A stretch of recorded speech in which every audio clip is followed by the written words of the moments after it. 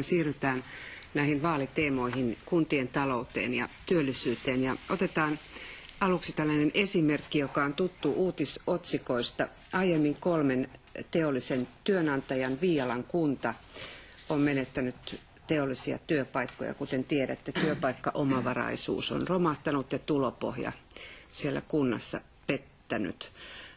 Mitä te tekisitte tässä Viialan tilanteessa, jos istuisitte siellä? Mitä kunnallispolitiikalla, miten sillä voi tässä tilanteessa vaikuttaa?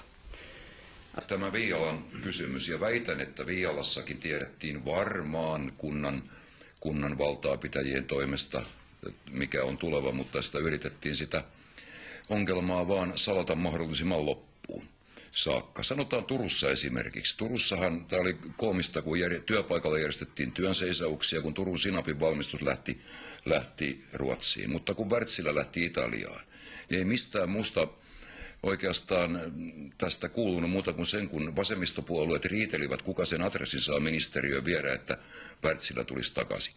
Kaikki muistaa Karkkilaa joskus. Sisäministeriöhän otti Karkkilan silloin erityissuojeluksensa, ja Karkkila on käsittääkseni noussut hyvin. Täytyy muistaa aina se vanha edesmennyt kunnioitettu Veikko Vennamo, kun hän sanoi, että raha täytyy saada pyöriin. Pitäisi nyt jo valtiovallakin taholta etsiä vaikka uusia yrittäjiä sinne Viialan niihin vapautuviin tiloihin. Rahaa kyllä tässä maassa on, mutta en tiedä. Varmaan valtapuolueiden tarkoitus on, että täällä köyhälistön luokka entisestään lisääntyy, niin kansa tulee nöyräksi.